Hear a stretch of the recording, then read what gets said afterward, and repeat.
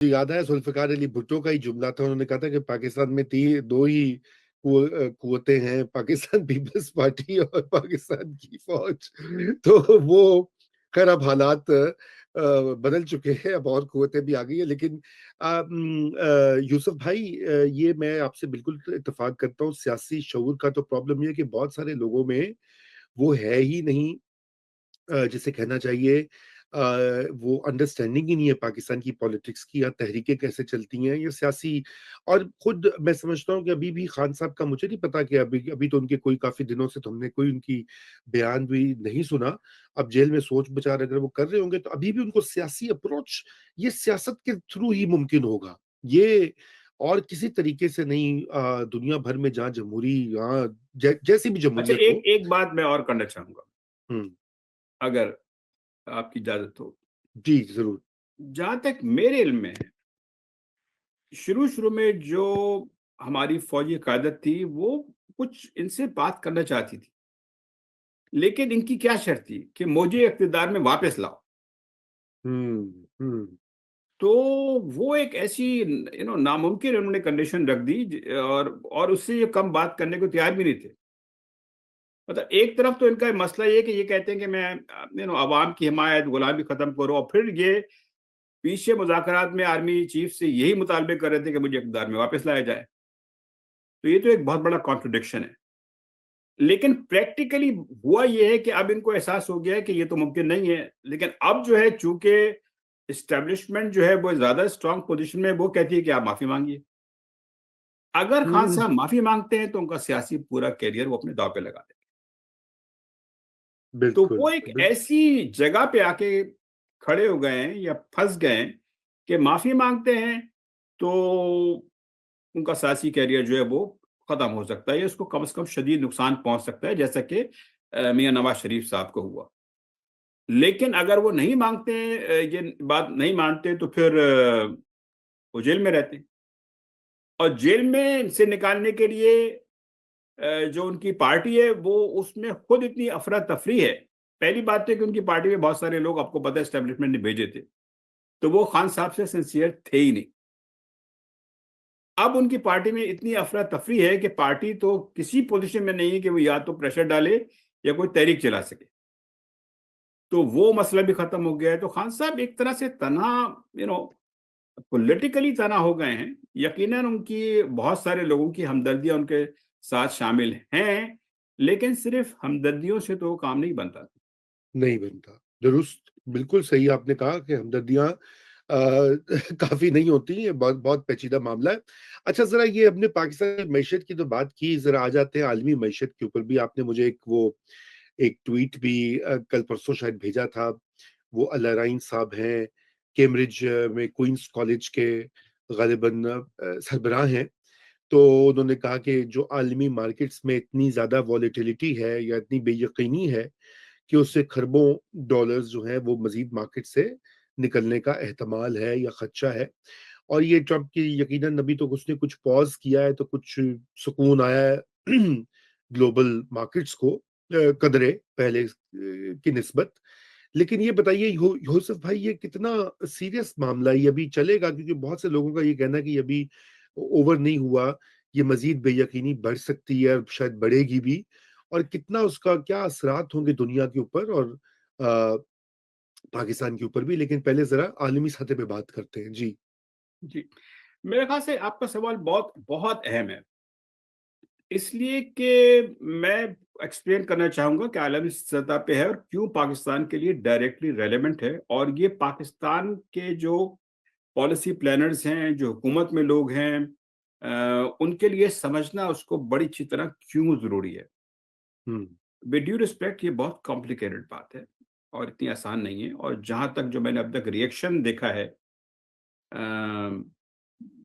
At the ministry, ministers level पे या दूसरी जगहों पे या फिर मीडिया में, उससे मुझे तो ये तासुर मिलता है कि हम लोग अभी तक पूरी तरह से इस बात का इदराक नहीं कर पा रहे हैं कि ये हो क्या रहा है।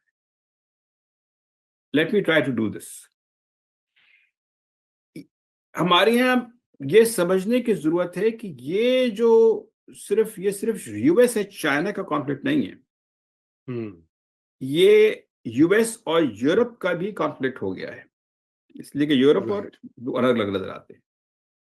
फिर जैसे कि चाइना ने भी जो हमेशा अभी तक बड़े चाहता था कि भाई अ, अगर मफाहमियत से बात हो जाए तो कॉन्फ्लिक्ट ना हो, वो हमेशा उनकी यही कोशिश रही है पिछले 30 साल से कम से कम। अब वो ये कह रहे हैं कि आपने जानते नहीं आपने किसको छेड़ा है, अगर ये जंग है तो फिर हम आखिरी हद तक जाएंगे। इतना सख्त रवैया चाइना ने हालिया तारीख में कभी नहीं अडॉप्ट किया था। हो क्या रहा है मेरे राय में कि जो एक 30 साल से 3 दहाइयों से जो एक ग्लोबलाइजेशन का जो पूरा एक चैप्टर था या तारीख का, वो खत्म होने पे आ रहा है। राइट। हमारे यहाँ बहुत सारे जो लोग हैं कमेंटेटर्स, वो ग्लोबलाइजेशन को बहुत ज्यादा तनकीद का निशाना बनाते हैं। मेरी नाचीज राय में वो समझते नहीं है कि ये हुआ क्या था। Hmm. Let me explain. Globalization का एक बहुत बड़े फैक्टर थे। एक तो ये हुआ कि जो वेस्टर्न जो कंट्रीज थे, चूंकि बॉर्डर्स खुले, लोगों की आमदरफ्त बढ़ी, ट्रेड भी बढ़ी, ट्रेड पे जो गुड्स थे उन पे टैक्सेस ही बहुत लो कर दिए गए, as low as just 2% America में और दूसरे वेस्टर्न यूरोप में। उसकी वजह से हुआ कि उनके यहाँ बाहर से जो है स्किल्ड मैन पावर आई, जिसकी कॉस्ट बहुत कम थी। दूसरा बहुत बड़ा फैक्टर हुआ चीन के खुलने से कि सारे यूरोप को, दूसरी उनकी कंपनीज को, जो ये कहलाते हैं कि ग्लोबल जो सप्लाई चेन्स जो हैं, जो छोटे छोटे जो मैन्युफैक्चरर जो होते हैं, जो सस्ते दामों जो चीजें तैयार करते हैं, उन पे एक्सेस हो गई। और फिर ये हुआ कि बड़ी बड़ी जो कंपनीज थी, जैसे कि वॉलमार्ट है या दूसरी कंपनी जो हैं, लेवाइस जीन्स वाले, इस जी तरह जी जी। इन्होंने आउटसोर्सिंग शुरू की। उससे उनकी जो थी और कॉस्ट कम हो गई। और इमर्जिंग मार्केट्स में, जिसको हम किसी जमाने में तीसरी दुनिया कहती थी, उनके यहाँ लोगों को रोजगार मिला। तो हुआ क्या, एक तो पूरे ग्लोबली जो था वो इन्फ्लेशन जो था बहुत कम हो गया, 2-3%। ये बहुत बड़ा फायदा हुआ, सबको फायदा हुआ इसका। इसका एक दूसरा बड़ा एस्पेक्ट ये था कि चाइना ने अपनी जो सरप्लस जो सेविंग्स थी, इसलिए कि वो फिर एक्सपोर्ट करना शुरू किया, सरप्लस पैदा हुआ, वो सारी बहुत सारी सेविंग जो थी वो अमेरिका में इन्वेस्ट की। आज भी चाइना जो है, वो जो यूएस ट्रेजरी मार्केट है, इसमें सेकंड बिगेस्ट जो है फॉरेन होल्डर है। सबसे बड़ा जापान है, ये किस जमाने में चाइना था। उससे ये हुआ कि आपके इंटरेस्ट रेट्स कम हुए, तो जो प्राइस लेवल्स थे, इन्फ्लेशन कम रहा। इतनी बहुत ज्यादा लिक्विडिटी आने से जो है, आपके जो इंटरेस्ट रेट्स थे वो कम रहे, तो इससे बहुत सारे लोगों को, बिलियंस को फायदा पहुंचा। लेकिन जो नुकसान में रहे वो थे वो लोग जो अमेरिका में या वेस्टर्न यूरोप में जो इंडस्ट्रीज में काम करते थे। इन्हीं लोगों का जो रिएक्शन था, उन्होंने इसको इस तरह से देखा कि ये काले पीले मुख्तलिफ, माफ कीजिएगा टर्म्स यूज कर रहा हूँ, इस तरह के लोग जो हैं वो हमारा जो है जॉब्स ले जा रहे हैं। हालांकि बात इतनी सीधी नहीं थी। इसी सेंटिमेंट को हमारे यहाँ ब्रेक्सिट में इस्तेमाल किया गया और फिर डोनाल्ड ट्रंप ने इस्तेमाल किया। लेकिन ये एक रिवर्सिबल फिनोमेना है। आप तो खुद जो है इंटरनेशनल ट्रेड आपने पढ़ी है, जो कंपैरेटिव एडवांटेज है और ये ग्लोबलाइजेशन है, इसको आप जी जी रिवर्स जी। नहीं कर सकते हैं।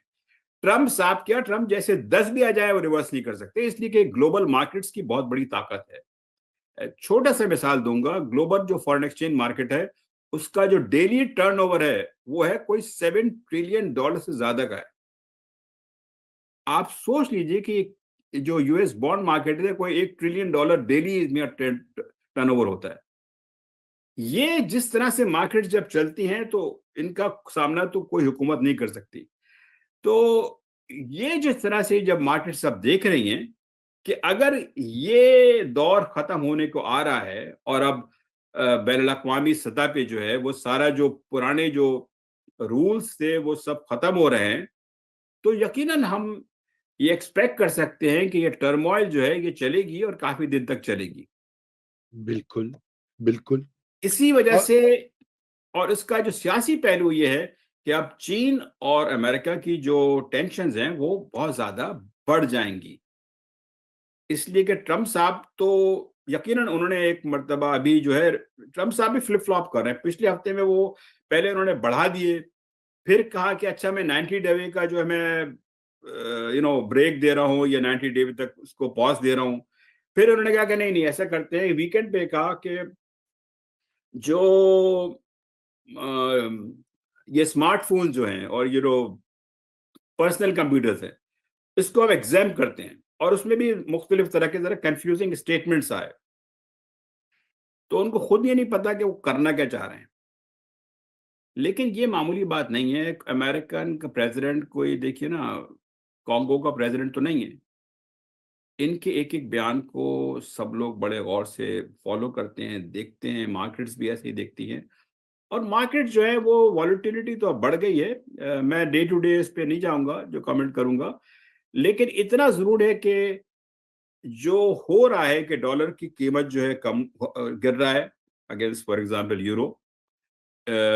यूएस बॉन्ड्स जो हैं, गवर्नमेंट बॉन्ड्स, उनकी कीमतों में जो है वो कमी हुई है, और स्टॉक मार्केट बहुत ज्यादा वॉलेटाइल हैं। इससे तो यही अंदाजा होता है कि मार्केट्स और यूएस जो गवर्नमेंट पॉलिसी है उसके दरमियान एक बहुत ज्यादा एक कॉन्फिडेंस का गैप आ गया है।